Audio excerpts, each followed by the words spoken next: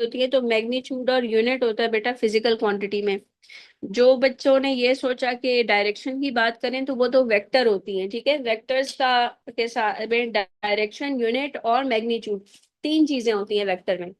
और सिर्फ स्केलर में मैग्नीट्यूड और यूनिट होता है, लेकिन उसने फिजिकल क्वांटिटी कहा था, मेंशन नहीं किया था कि वेक्टर है या स्केलर है। तो मैग्नीट्यूड और यूनिट तो मिनिमम पे पॉसिबल होना ही था, यानी मिनिमम ऑप्शन जो थी वो मैग्नीट्यूड और यूनिट की थी। तो क्योंकि उसने जनरल बात की थी, तो हमें नहीं पता था कि ये वेक्टर है या क्या हिसाब किताब है, इसलिए हमने डी पार्ट टिक किया। उसके बाद कहता है कि आपने 0.25 किलो न्यूटन पर मिलीमीटर स्क्वायर को न्यूटन पर मीटर स्क्वायर में करना है। तो ये जी देखें, आप मेरा मेथड चेक कर लें, बाकी जो आसान तरीका है मेरा, तो मैंने तो वो याद किए हैं। मैं क्या उसको कहते हैं, प्रीफिक्सेस, कि किलो जो होता है उसकी जगह पे मैं 1000 लिखूंगी। कन्वर्जन में सिर्फ प्रीफिक्सेस याद करके करती हूँ, किलो की जगह 1000 लिख दूंगी। आगे न्यूटन है वो एज इट इज रहेगा। मिलीमीटर का स्क्वायर में, पहले मैं आपको बता दूं कि मिलीमीटर के स्क्वायर में ये ऐसे है, यानी इसका ये मतलब है, मतलब होल पे पावर होती है, मिली पे भी पावर है, मीटर पे भी पावर है। तो ये आ जाएगा जी 250 आ गया, 250 न्यूटन। मैंने इसको सॉल्व कर दिया, ये आ गया। और मिली को अब मैं प्रीफिक्स मिली को ओपन करने लगी हूँ, यानी 10⁻³ मीटर होल की पावर -2। यहाँ से आ जाएगा जी 250 न्यूटन, और ये -2 और -3 मिलके +6 बनेंगे, यानी 10⁻+6, और मीटर के ऊपर पावर -2। तो ये जी 250 × 10⁻6 न्यूटन मीटर स्क्वायर, ठीक है जी। ये वैल्यू ऐसे कन्वर्ट हो गई हमारी। तो ये आ जाएगा कोई 6 0 साथ में, हाँ जी मेरा ख्याल डी पार्ट, यस। 250 के साथ 6 0 थे। नेक्स्ट है जी, कह रहा है कि a student calculates the density of a solid steel cube in an experiment.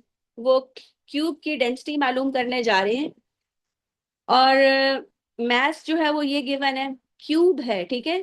तो ऑल साइड्स इक्वल होंगी, और फिर उसने कहा है डेंसिटी निकालो, तो डेंसिटी का फार्मूला होता है मास ओवर वॉल्यूम। तो उसने हमसे परसेंटेज अनसर्टेनिटी मांगी है, तो रूल के मुताबिक percentage uncertainty in density is equal to percentage uncertainty in mass plus percentage uncertainty in volume, ठीक है जी। अब वॉल्यूम का क्या सीन है जी, उसने एक लेंथ दी हुई है, तो वॉल्यूम क्या होता है, वॉल्यूम का फार्मूला होता है L3, ठीक है जी। तो एक बात और याद रखें कि percentage uncertainty in volume is equal to, power rule लगेगा, 3 times the percentage uncertainty in length. समझ आ गई।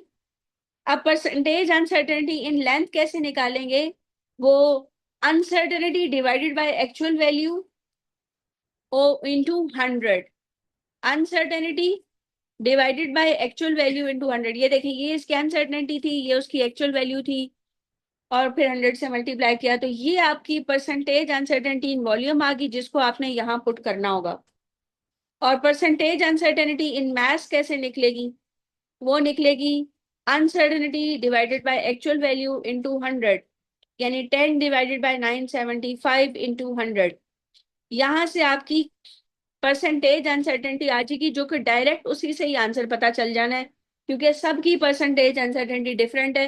तो शॉर्टकट लगाएं, बल्कि ये तो डेंसिटी तो सबकी दी हुई है, तो वो तो हमारे कंसर्न ही नहीं है। असल मसला ही परसेंटेज अनसर्टेनिटी का था। समझ आ गई बात की। कुछ मसला है, रिपीट करवाना है तो पूछ लें, दूर से नजर आ रहा है, अगर आप चाहें तो यहाँ भी आ सकते। नेक्स्ट है जी, आगे चलूं फिर। अच्छा, ये सवाल सबका गलत हुआ है, क्वेश्चन नंबर 4। कहते हैं time period of a pendulum is given by the equation this, where L is the length of the pendulum and G is the acceleration of free fall. Equation is homogeneous, आपने N की value बतानी थी। Homogeneous equation है, okay, इसका ये मतलब है कि लेफ्ट हैंड साइड की यूनिट्स और राइट हैंड साइड की यूनिट्स बराबर हैं।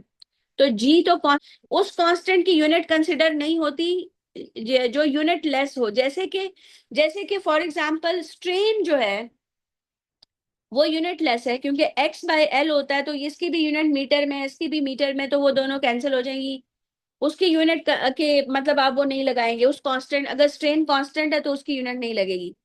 फिर से बताऊं जी, टाइम की यूनिट लगाई सेकंड, 2 पाई कांस्टेंट था उसकी यूनिट नहीं लगी, लेंथ की यूनिट मीटर, जी की unit metre per second square, whole की power n, metre metre cut गया, s is equal to 1/s की पावर -2 होल की पावर एन, एस ऊपर आ गया। एमएस की और -2 की बोल रही हैं आप? मीटर पर सेकंड स्क्वायर होता है ना जी, एक्सेलरेशन होती है ठीक ना, है। मीटर पर सेकंड स्क्वायर होता है। तो ये ऊपर आके पॉजिटिव हो गया और पावर खुली फिर, तो ये 2n हो गया। अब बेस सेम हो तो पावर्स भी सेम होती हैं, तो इसलिए पावर्स जो है, यानी इसकी पावर 1 है उसकी 2n है, तो 2n और 1 बराबर होंगे, इसलिए फिर n 1/2 आ गया। ठीक है जी। तो ऐसे कांस्टेंट्स जिनकी यूनिट्स हों उसको लाजमी कंसिडर करना पड़ता है। ठीक है जी, जैसे कि स्प्रिंग कांस्टेंट की भी यूनिट होती है। स्प्रिंग कांस्टेंट की क्या यूनिट होती है, किसी को पता है जी? न्यूटन पर मीटर होती है। ठीक है जी। चलो, radio wave is emitted from the surface of earth, pulse reflects from the surface of Jupiter. ये देखें जी, अर्थ से जा रही है पल्स, जुपिटर तक जाती है, टकरा कर वापस आती है, रिफ्लेक्ट बैक का उसने कहा, रिफ्लेक्ट। ठीक है। और time between emitting and receiving the pulse, तो ये वाला टाइम कौन सा है, जाने और आने का टाइम है, तो v is equal to 2d/t लगना था। जाने का टाइम एक d आ गया और वापसी का भी, रिफ्लेक्ट बैक कर रही है ना। तो वेलोसिटी आपकी आ गई जी 3 × 10⁸ वो चेयर लेके इधर पास आ जाएगा से जी। डी की वैल्यू आ जाएगी आपकी जो भी, तो मुझे फिर बता दीजिएगा। किलोमीटर में बाद में कन्वर्ट भी करना पड़ेगा, वो भी जरा थोड़ा सा ध्यान कीजिएगा, गलत ना कन्वर्ट करें कहीं। ठीक है जी, आगे चलो। The graph shows the variation with time of the velocity of the car, which statement is correct? Car accelerates for 2 seconds then stops, stop कोई नहीं हुई भाई, कांस्टेंट स्पीड से जा रही थी, ये गलत है। कार एक्सेलरेट्स एट 12 मीटर पर सेकेंड, 12 की एक्सेलरेशन नहीं है जी, एक्सचेंज इन वेलोसिटी यानी 12/2, तो ये 6 की एक्सेलरेशन है, ये गलत लिखा हुआ है। Car travels a distance of 36 in the first 4 second, तो ये तो एरिया अंडर ग्राफ चेक करना पड़ेगा फिर हमें। 1/2 सम ऑफ पैरेलल साइड्स, यानी एक साइड ये 4 आ गई, एक साइड आपकी 2 आ गई, तो 4 + 2 मल्टीप्लाई बाय हाइट कितनी आ गई जी, 12, तो 1/2 6 × 12, तो ये 24, हाँ 36 ही आता है, सी पार्टी बनेगा। Car travels a distance of 48 in the last 4 second, 1 2 1 2 3 4, हाँ जी 1/2 बेस ये आ गया और हाइट ये आ गई जो 12, यस 24 बनता है, यस। तो ये आखिरी वाला तो गलत है। समझ आ गई जी, ये एरिया ऑफ ट्रेपेजियम जो मैं लगाती हूँ, sum of parallel sides into height, ये आप लोगों ने सीख लिया होगा आई होप। बच्चों की तरह ट्राइंगल और रेक्टेंगल तो नहीं ऐड करते कहीं, ट्रेपेजियम किया करें। हाँ। क्वेश्चन नंबर 7 में, क्वेश्चन नंबर 7 में जी कह रहे हैं कि a solid object of mass 1 kg falls vertically downward in vacuum when the speed of the object is 60, an additional constant force of 50 newton suddenly starts to act vertically upward। एक object गिर रहा है और जब उसकी speed 60 थी तो अचानक उस पे एक फोर्स लगने लगी 50 न्यूटन की अपवर्ड डायरेक्शन में।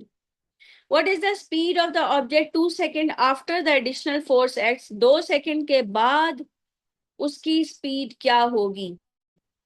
तो अगर इनिशियल स्पीड आपकी ये है और वो वैक्यूम में गिर रहा था और ऑब्जेक्ट का मास ये था, तो वेट तो लगेगा ना उस पे, वेट आ जाएगा 1 × 9.81। ठीक है, तो वेट आपका डाउनवर्ड, तो पहले रिजल्टेंट फोर्स निकालें, F net is equal to M A, sorry sorry sorry, resultant force का फार्मूला वो वाला लगेगा ना, फॉरवर्ड माइनस बैकवर्ड, यानी कि डब्ल्यू माइनस 50 न्यूटन, तो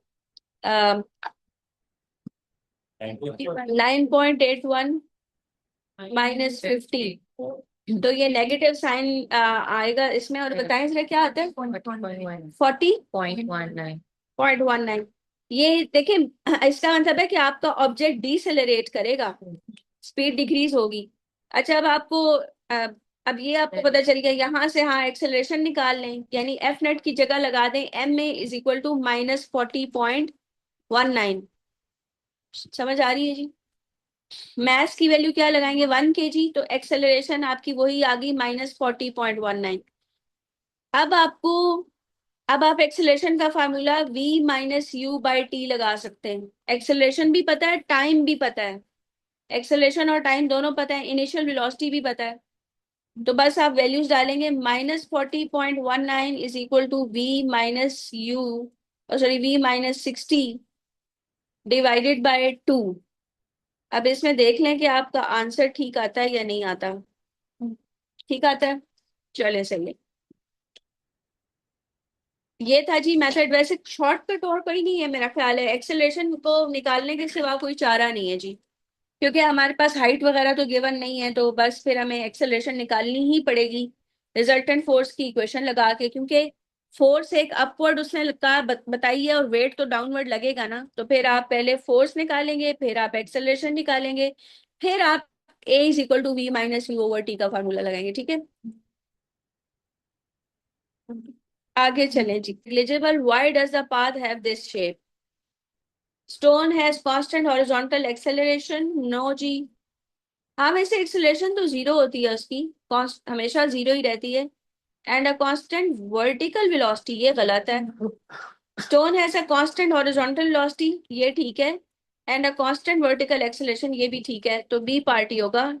लेकिन आगे पढ़ लेते हैं। Stone has constant downward acceleration followed by a constant downward है upward, oh sorry, constant up. बेटा एक्सेलरेशन हमेशा डाउन ही होती है, ये नहीं होता कि कांस्टेंट कभी अप हो जाए कभी डाउन हो जाए, वो हमेशा -g है। Acceleration all the time -g ही रहती है। ठीक है जी, तो ये गलत है। D part, stone has constant upward velocity followed by a velocity upward वाली कभी कांस्टेंट नहीं होती। देखें, वेलोसिटी शुरू में ज्यादा है, और जब आगे जाते जाएंगे तो आप देख सकते हैं कि हॉरिजॉन्टल कांस्टेंट रहेगी, वर्टिकल डिक्रीज होती चली जाती है ना। इससे मुझे एक चीज याद आई कि मैं आपसे कुछ पूछूं, मुझे बहुत दिल चाह रहा है। मुझे ये बताएं कि प्रोजेक्टाइल पाथ पे, प्रोजेक्टाइल मोशन में ऐसे करके, मैं एक मिनट फिर से बनाती हूँ, ये अच्छा नहीं बना। मुझे ये बताएं कि इस प्रोजेक्टाइल मोशन में, जिसके यूं ऐसे करके मैं चाहूँ तो कंपोनेंट्स बना लूंगी ऐसे करके, उसमें वर्टिकल वेलोसिटी का ग्राफ टाइम के साथ कैसे बनेगा? वर्टिकल वेलोसिटी और टाइम का ग्राफ। और एंड पे ऊपर देखे वेलोसिटी जीरो होगी। ठीक है, यानी आप कह रहे हैं कि वेलोसिटी डिक्रीज होगी, यहाँ पे जीरो हो जाएगी, फिर जब वो और आगे जाएगा तो इंक्रीज करेगा, बट ऑपोजिट डायरेक्शन में। ये तो बात सच, स्ट्रेट लाइन नीचे जाएगी। स्ट्रेट लाइन आपने क्यों कहा? कॉन्स्टेंटली मैम वो जी, क्योंकि एक्सेलरेशन, इसका ग्राफ आपको क्या देता है, एक्सेलरेशन देता है, और आपको पता है कि इसका जो ग्रेडियंट है वो एक्सेलरेशन के इक्वल होगा, यानी -9.81, इसलिए ये शेप आई है। अब मुझे बताएं कि इसका डिस्टेंस टाइम ग्राफ जरा बताएं कैसा होगा इसी का, सॉरी डिस्प्लेसमेंट टाइम ग्राफ इसका बताएं। Displacement time graph, velocity decrease कर रही है ना, तो डिस्प्लेसमेंट का जो ग्रेडियंट है वो वेलोसिटी देता है। तो अगर वेलोसिटी डिक्रीज कर रही है तो आपकी डिस्प्लेसमेंट टाइम ग्राफ का जो ग्रेडियंट बनेगा वो डिक्रीज होना चाहिए। स्ट्रेट लाइन ऊपर स्ट्रेट लाइन नीचे। नहीं बेटा, डिक्रीजिंग ग्रेडियंट, ग्रेडियंट डिक्रीज में फिर कर्व आता है, स्ट्रेट लाइन में तो ग्रेडियंट कांस्टेंट रहता है ना। फिर नीचे भी। और फिर यहाँ पे वेलोसिटी जीरो हो गई, इसका मतलब आपका ग्रेडियंट जीरो हो गया यहाँ पे, और फिर वेलोसिटी नेगेटिव हो गई है। ठीक है, और लेकिन वेलोसिटी अब इन ग्रेडियंट डिस्प्लेसमेंट पर, डिस्प्लेसमेंट टाइम का ग्रेडियंट एक्सेलरेशन कहाँ देता है यार? अच्छा जी, अजान हो ले जरा। जब आपकी वेलोसिटी नेगेटिव हो गई है, यानी आधे रास्ते के बाद अब आपकी वेलोसिटी डाउनवर्ड है, तो मेरा सवाल आप लोगों से ये है, इधर देखें, फोन ना यूज करें भाई। आप लोगों से मेरा सवाल ये है कि मुझे बताएं कि डिस्प्लेसमेंट भी क्या नेगेटिव होगी? यानी पॉइंट बी से आगे, ए से बी तो वेलोसिटी, ठीक है। अच्छा, horizontal velocity all the time right side पे है, तो वो राइट को मैं अगर पॉजिटिव ले रही हूँ तो ऑल द टाइम पॉजिटिव ही है। लेकिन वर्टिकल वेलोसिटी की डायरेक्शन बदल गई है, अप से डाउन हो गई है, तो ये तो डाउनवर्ड होगी, नेगेटिव है वेलोसिटी। व्हाट अबाउट डिस्प्लेसमेंट, क्या डिस्प्लेसमेंट भी नेगेटिव हो गई है? वर्टिकल डिस्प्लेसमेंट की बात मैं पूछ रही हूँ, ये मैं वर्टिकल डिस्प्लेसमेंट की बात पूछ रही हूँ, not about horizontal displacement. Yes, ma'am. Negative होगी, क्यों नहीं होगी? वेलोसिटी नेगेटिव में जा रही है, वेलोसिटी डिक्रीज कर रही है। नहीं बेटा, वेलोसिटी तो इंक्रीज कर रही है। बी पे वो मिनिमम हो गई थी वेलोसिटी, और फिर नीचे आते हुए वेलोसिटी इंक्रीज कर रही है, बट नेगेटिव में, यानी डायरेक्शन ऑपोजिट होगी, बट वेलोसिटी बढ़ी है बी के बाद। मेरा सवाल ये कि डिस्प्लेसमेंट बी के बाद डिस्प्लेसमेंट पॉजिटिव है या नेगेटिव है, ये सवाल है मेरा। मैं अब यहाँ पे आपको फिर से प्रोजेक्टाइल पाथ बताती हूँ जी। ये प्रोजेक्टाइल पाथ आ गया आपका, ठीक है। यहाँ यानी आपकी, मुझे बताएं, वर्टिकल डिस्प्लेसमेंट मेजर करने के लिए रेफरेंस पॉइंट कौन सा है? ये बेटा, ये लाइन है reference point. Vertical displacement measure करने के लिए रेफरेंस पॉइंट ये लाइन है, क्योंकि इनिशियल जो आपका पाथ है वो यहां से आपने इस लेवल से, सब बेटा गौर से सुने, हॉरिजॉन्टल ये लेवल था, यहां से आपने स्टार्ट किया था इनिशियल पॉइंट। अगर मैं कहूं कि आपका पॉइंट ए है और ये आप बी पॉइंट पे, तो डिस्प्लेसमेंट आप कैसे शो करेंगे उसको? ये बड़ी इंपॉर्टेंट चीजें हैं, फिर बच्चों को आती नहीं है। डिस्प्लेसमेंट यूं शो हो रही है इनिशियल से फाइनल की तरफ, this is your reference line, rather point नहीं लाइन होना चाहिए। आप सी पर हैं तो आपका, आपकी डिस्प्लेसमेंट ये है। आप अगर डी पॉइंट पर हैं तो आपकी डिस्प्लेसमेंट बेटा ये है। डिस्प्लेसमेंट ऑलवेज पॉजिटिव है, आपको अगर आपने पॉजिटिव लिया हुआ है तो डिस्प्लेसमेंट ऑलवेज पॉजिटिव है। लेकिन अगर आप यहां से नीचे चले जाते हैं, लेट्स से कि आप ई पॉइंट पे चले जाते हैं, तो फिर डिस्प्लेसमेंट क्या होगी बेटे? फिर नेगेटिव होगी, क्योंकि रेफरेंस लाइन ये आपकी डिस्प्लेसमेंट जो है वो नेगेटिव होगी। बात समझ आ रही है? ये देखिए ना, आप लोगों की ये तो मसाइल हैं के बेसिक कॉन्सेप्ट्स इतने शेकी हैं आप लोगों के। तो डिस्प्लेसमेंट बेटा, इसमें displacement all the time positive है, ए से लेकर एक्स पॉइंट तक, ठीक है, ए से एक्स तक, और उसके एक्स से ई पॉइंट तक आपकी डिस्प्लेसमेंट नेगेटिव है। लेकिन वेलोसिटी के बारे में बात करूं तो वेलोसिटी का बताएं जी। ए से बी तक वर्टिकल वेलोसिटी पॉजिटिव है, और सी से ये ई तक सारा टाइम, सी से ई तक वर्टिकल वेलोसिटी नेगेटिव है। Horizontal all the time right side पर ही बनेगी, यानी आप डिकम्पोज करेंगे तो हॉरिजॉन्टल वेलोसिटी हमेशा राइट साइड को निकला करेगी। तो ये चीज इंपॉर्टेंट थी। तो अब मुझे ये अचानक याद आया कि मैं ग्राफ तो इनसे पूछूं जरा। अच्छा, आगे का ग्राफ तो बनवाए ना अब फिर आप लोग। इसके बाद इसका मतलब है कि सारा ग्राफ पॉजिटिव में बनेगा। अब मुझे बताएं कि आपकी वेलोसिटी नेगेटिव हो गई है लेकिन इंक्रीज कर रही है, तो इंक्रीजिंग ग्रेडियंट होना चाहिए, तो ये इंक्रीजिंग ग्रेडियंट होगा। समझ आई जी? ये इंक्रीजिंग ग्रेडियंट है। तो displacement time graph vertical velocity का ऐसा बनेगा। और हॉरिजॉन्टल वेलोसिटी का क्या होगा बच्चों? हॉरिजॉन्टल वेलोसिटी और टाइम का ग्राफ कांस्टेंट होगा। हॉरिजॉन्टल वेलोसिटी तो कांस्टेंट रहती है। और हॉरिजॉन्टल डिस्प्लेसमेंट और टाइम का ग्राफ कैसा बनेगा? वेलोसिटी कांस्टेंट है तो उसकी ग्रेडियंट भी कांस्टेंट होगा डिस्प्लेसमेंट टाइम ग्राफ का, क्योंकि डिस्प्लेसमेंट टाइम का ग्रेडियंट आपको कांस्टेंट वेलोसिटी देता है। तो ये फायदा होता है जी, मुसलसल चीजें। A rocket engine ejects 90 kg of exhaust gas per second at a velocity of 190 meter per second. 90 kg exhaust gas निकाल रहा है, यानी इतना मैस चेंज हो रहा है, यानी ये मैस रिमूव हो रहा है उसमें से। तो चेंज इन मैस आप कहोगे इसको, ठीक है। और पर सेकेंड इतना मैस, ये जो यानी 90 kg पर second, this is delta M by T. समझ आ गई? आगे कहता है वेलोसिटी की वैल्यू ये है, तो यानी ये वेलोसिटी फिर कांस्टेंट आपकी v इज इक्वल टू 190 आ गया। Relative to the rocket, what is the force acting on the rocket due to ejected gas?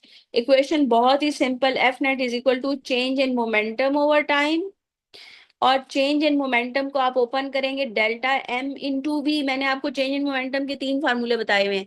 या तो मोमेंटम में चेंज मैस की वजह से होता है, वेलोसिटी कांस्टेंट होती है, या फिर वेलोसिटी चेंज होती है मैस कांस्टेंट, या फिर दोनों ही चेंज होते हैं। तो यहाँ पे मैस ओवर टाइम आपका ये 90 आ गया, ठीक है, मैस ओवर टाइम, और वेलोसिटी आपकी 190 आ गई, तो आंसर आ जाएगा। अच्छा, डेप्थ आपको पता होनी चाहिए। कुछ बच्चे ऐसे भी होते हैं जिन्हें बस ये पता होता है कि 90 को 190 से मल्टीप्लाई करना है तो आंसर आ जाएगा। उन्हें ना ये कॉन्सेप्ट का पता है कि यार मैथ्स में चेंज आ रहा है, और मोमेंटम का चेंज का ये फार्मूला अगर आपने ना लिखा पेपर में, आपने सिर्फ m इंटू डेल्टा वी लिख दिया, तो आपके नंबर कटेंगे। और क्या पता 2 नंबर का सवाल है अगर P2 में, तो दोनों ही नंबर कट जाएं। केस का तो फार्मूला ही गलत है। बात समझ आ रही है? अगर मैथ्स में चेंज आ रहा है और फिर उस वजह से मोमेंटम में चेंज है, तो तब आपने delta M V by T लिखना है, वरना M delta V by T, वरना दोनों भी चेंज हो सकते हैं। तो ध्यान कीजिएगा प्लीज, यहाँ पे ना यही मार्क्स जो है ना वो चले जाएं तो फिर आपका ग्रेड चेंज हो जाता है। Which statement does not describe an elastic collision uh, between two objects? Elastic collision does not describe relative speed of approach equals the relative speed of separation. ये बेटा elastic collision की होती है, ठीक है ना। Total kinetic energy of the object is conserved, ये भी elastic collision की होती है। Total kinetic energy of the object is reduced, ये नहीं होती जी। टोटल लीनियर मोमेंटम बेटा वो तो हर हाल में ही कंजर्व होता है, चाहे इलास्टिक हो चाहे इन इलास्टिक। लीनियर मोमेंटम और टोटल एनर्जी वो हर हाल में कंजर्व है, याद रखिएगा।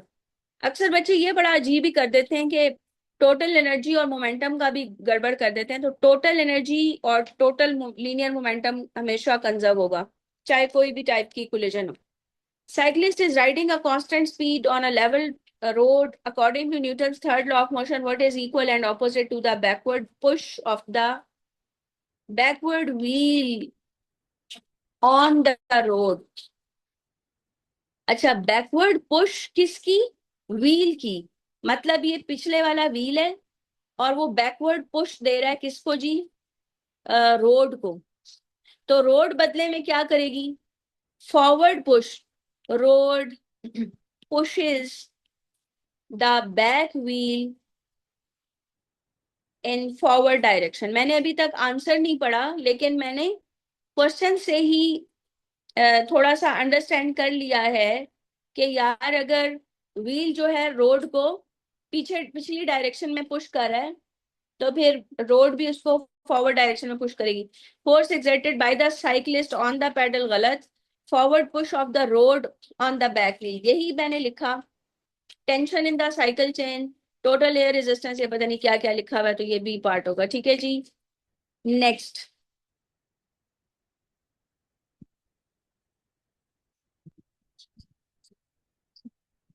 a stone is released from rest and falls a long distance in air.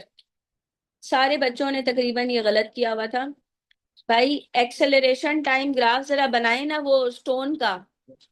यार कोई कोई ऑब्जेक्ट जब फ्रीली फॉल करती है पहले उसका वेलोसिटी टाइम बनाएं। ऐसा नहीं होता, ऐसे होता है ना वेलोसिटी टाइम। तो मुझे बताएं कि ये डिक्रीजिंग एक्सेलरेशन है ना, तो ये ऑप्शन भी हो सकता था, ये भी हो सकता था। लेकिन आपको याद है कि हमने बताया था कि वेलोसिटी में चेंज अगर डिक्रीज करेगा तो रेजिस्टिव फोर्स भी फिर डिक्रीज करेगी ना। इसलिए ये decreasing deceleration, sorry deceleration, I am sorry, this is not deceleration, ये डिक्रीजिंग एक्सेलरेशन है। यानी यूं कहना चाहिए कि डिक्रीज एक्सेलरेशन तो डिक्रीज हो ही रही है, डिक्रीजिंग एक्सेलरेशन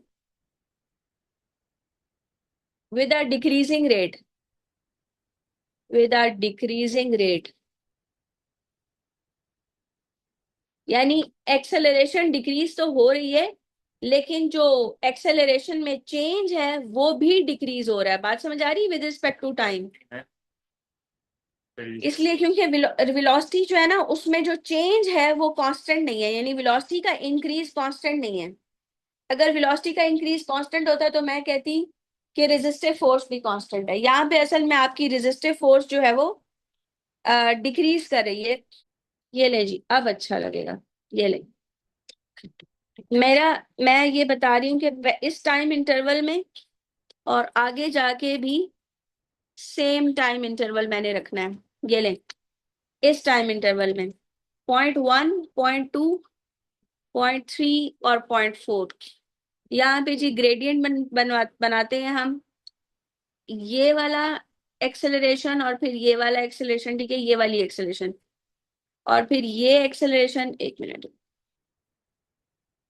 ये और ये। अब मुझे बताएं कि ये अगर A1 है और ये A2 है, ये A3 है, ये A4 है, ठीक है ना। वेलोसिटी टाइम का ग्रेडियंट आपको क्या देता है? एक्सेलरेशन देता है। 0.1 पे एक्सेलरेशन ये है, 0.2 पे ये।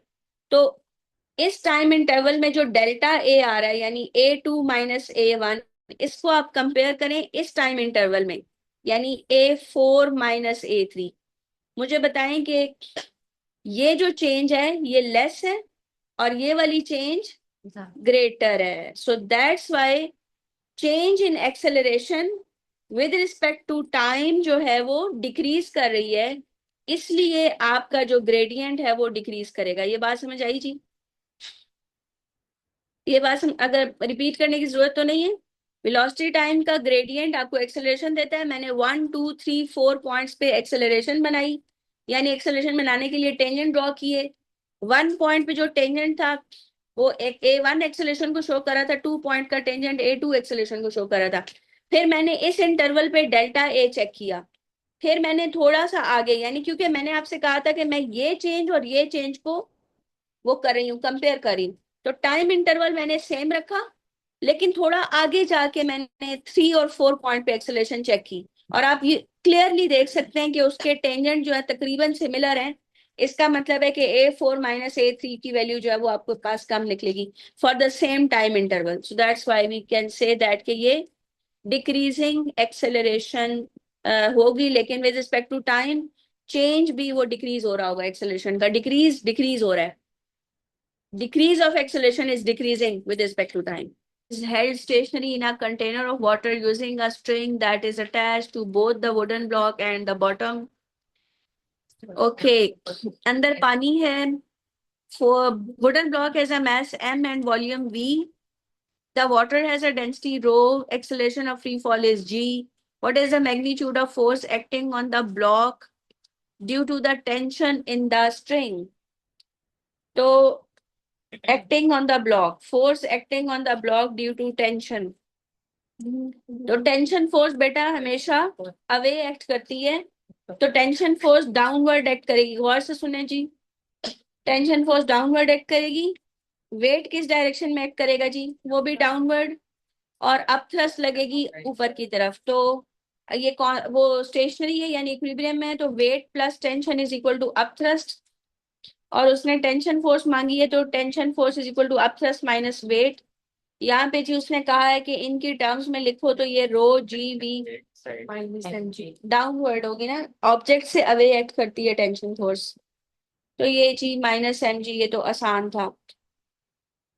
ठीक है जी, नेक्स्ट में आ जाता है कि एक स्क्वायर शॉप साइन है जिसकी density 2.4 kg, sorry mass 2.4 kg है और साइड ऑफ लेंथ 0.86। यार इसका वेट कहाँ से एक्ट करेगा? मिडल से, और बिल्कुल सेंटर से, और वर्टिकली डाउनवर्ड एक्ट करेगा। आपने moment of the weight about the hinge निकालना है। मोमेंट निकालने के लिए क्या रूल होता है? Line of action of force draw की मैंने, और ये मेरी पिवट है। Line of action of force और पिवट के दरमियान का परपेंडिकुलर डिस्टेंस, ठीक है, यानी कि ये वाला डिस्टेंस। तो इस हिसाब से अगर ये वाला एंगल 15 है तो ये वाला एंगल भी 15 होगा। आपको पता है ना, यूं ऐसे लाइन लगी हुई हो बेटा, तो ये एंगल और ये एंगल बराबर होते हैं। तो इसलिए अगर ये एंगल 15 है तो ये भी 15, और ये भी, ये वाला भी 15 होगा, ठीक है। तो इस ट्राइंगल में अगर मैं इसको शेड कर दूं, ये वाली जो ट्राइंगल है इसकी बात कर रही हूँ। इस ट्राइंगल में अब आपको परपेंडिकुलर डिस्टेंस डी मालूम करना है ना, एंगल तो 15 पता चल गया। तो मोमेंट कैसे निकालते हैं जी? मोमेंट क्या होता है? फोर्स यानी कि weight multiply by perpendicular distance. या इसका मैस कितना था जी? 2.4 kg मैस था। इंटू 9.81 इंटू परपेंडिकुलर डिस्टेंस कैसे निकालेंगे? Sine of 15 is equal to perpendicular distance divided by ये वाली हाइपोटेन्यूज, जो कि 0.86 का हाफ हो जाएगा, यानी 0.43। तो यहां से परपेंडिकुलर डिस्टेंस आ जाएगा 0.43 इंटू साइन ऑफ 15। तो ये आपका मोमेंट आ गया। इसमें मुझे डायग्राम प्रैक्टिस करना बच्चे ये वेट एक्ट कर रहा है ना सेंटर से, सेंटर से वेट एक्ट करवाया है। ये देखें, ये है वेट सेंटर से एक्ट कर रहा है। और इसकी line of action of force क्या होती है? Line along which the force acts. तो ये लाइन है जिसके अलोंग फोर्स एक्ट करी है, और फिर ये परपेंडिकुलर डिस्टेंस है बस। तो ये ट्राइंगल ली, और इसकी ये वाला जो डिस्टेंस है, ये देखें, ये वाला डिस्टेंस जो है वो 0.86 का हाफ है ना, 32 है, ठीक है, तो 0.32 होगा। नेक्स्ट पेपर तो आप लोग, A block is submerged vertically in a liquid। ये अच्छा सवाल है जी। The fourth diagram इस क्लास में हुआ था। The fourth diagram shows the block viewed from the side. Which diagram shows to scale the force exerted on equal areas of the block by the liquid? इसमें यार क्या था मसला कि आप देखें कि ये जो, आप मुझे ये बताएं कि ये ब्लॉक है और अंदर पानी में है। यहाँ पे अगर पानी है तो इस हाइट की वजह से जो प्रेशर इधर लग रहा है वही प्रेशर इधर भी होना चाहिए ना, क्योंकि ये सेम है। ये देखें, ये तो बिल्कुल गलत है, कह रहे हैं यहाँ पे प्रेशर ही नहीं लग रहा। प्रेशर तो लगेगा वाला, कैसे प्रेशर कैसे लगता है? ये वेट ऑफ वाटर इस पानी को प्रेस करेगा और यहाँ पे फिर फोर्स लगाएगा, ठीक है। तो यहाँ पे प्रेशर साइड्स पे भी लगता है, ऑल्दो वो कैंसिल कर जाता है। ये इसलिए गलत है क्योंकि इसका एरो, यानी इसके प्रेशर का या फोर्स का एरो बड़ा है और ये फोर्स का एरो छोटा है। तो ये इक्वल होने चाहिए थे, लेकिन ये इसलिए गलत है क्योंकि जैसे जैसे देखें आपकी डेप्थ ज्यादा होती जाएगी तो प्रेशर बढ़ता जाएगा। तो यहाँ पे एरोज की का साइज बढ़ना चाहिए था, तो वो इन्होंने सारे एरोज यानी फोर्स के सारे एरोज इक्वल लेंथ के लगा दिए हैं, इसलिए गलत है। समझ आई जी? ठीक है, जितनी डेप्थ होती जाएगी उतना इतनी ज्यादा फोर्स बढ़ती चली जाएगी। लास्ट क्वेश्चन जी आज की क्लास का। Diagram shows a couple, how is the torque of a couple calculated? Product of one of the two forces, magnitude of one of the force, ठीक है, तो multiply by perpendicular distance between the forces, B part. मेरा ख्याल है एक ये आखिरी सवाल इस पेज का कर लेते हैं। Mass of 1.2 kg travels horizontally at a speed of 3. The ball hits the cushion and comes to rest over a horizontal distance of 0.02. Work done by the cushion. Work done का formula आ जाएगा जी force into distance. Force into distance. तो इसमें hits the cushion and comes to rest over a horizontal distance of this. तो mass भी दिया हुआ है और speed भी दी हुई है। टाइम नहीं दिया हुआ, horizontal distance speed तो हम एक 2as is equal to V square minus U square लगा के पहले एक्सेलरेशन निकालेंगे, ठीक है। फाइनल वेलोसिटी 0 है क्योंकि वो रेस्ट पे आ गया, इनिशियल वेलोसिटी 3 है, और डिस्टेंस जो दिया हुआ है 0.02 है। काइनेटिक एनर्जी की बात चेंज इन काइनेटिक एनर्जी से भी निकाल सकते हैं, अच्छा आइडिया दिया है वैसे इस बच्चे ने, बिल्कुल निकाल सकते हैं, क्यों नहीं निकाल सकते। मतलब okay, change in 1/2 m mass 5.1 सही आंसर है जी। ठीक है जी, आप इसको चेंज इन काइनेटिक एनर्जी से भी निकाल सकते हैं। वैसे मेरा मेथड बहुत ही मुश्किल हो जाएगा, जब एक्सेलरेशन आ जाएगी तो F net is equal to m में से फिर आप एक्सेलरेशन निकाल के, ओ सॉरी फोर्स निकाल के इधर पुट कर दें। दूसरा ऑप्शन वर्क डन का ये है जी। ठीक है जी, बस अब थोड़े से सवाल, इसके कितने रह गए? 20 रह गए, तकरीबन 22 रह गए। तो कल हम डिस्कस करेंगे। मैं कोशिश करूंगी कि इसको कर लूं किसी तरह कैटर, पर आप एक्सपेक्ट करें, या एक बात याद